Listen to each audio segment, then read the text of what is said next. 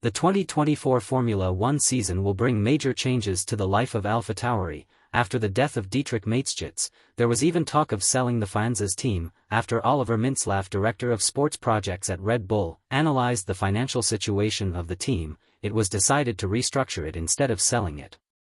In addition to the name change from AlphaTauri, the most important change will be that the team will once again purchase as many parts as possible from Red Bull Technologies, as it is known that Red Bull Racing officially buys parts from the company at the Red Bull complex, and that several jobs will be transferred from Faenza, first to Bicester and then gradually, along with Red Bull powertrains, to the ever-expanding Red Bull campus in Milton Keynes.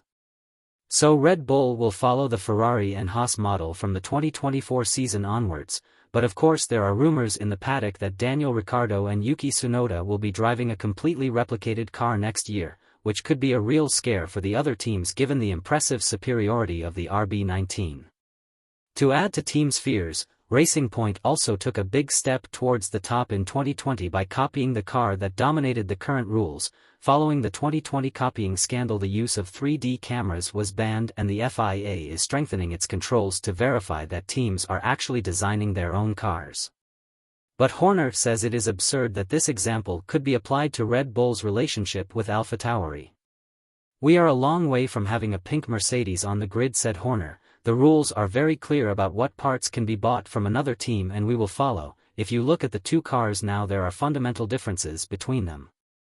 There are cars on the grid that are more similar to Red Bull than AlphaTauri at the moment due to their concept and design, and Aston Martin is an example of this, where Dan Fallows, who was hired from Red Bull, became technical director, but there's also McLaren, who designed their car's rear suspension with almost exactly the same concept. If AlphaTauri really becomes a copy of Red Bull next season, the chances of the Faenza team making a big leap in performance are enormous. We can only wait and see what will actually happen." What do you think about the possibility of AlphaTauri having a copy of the Red Bull car next season? Leave your opinion below and don't forget to subscribe to the channel and like this video.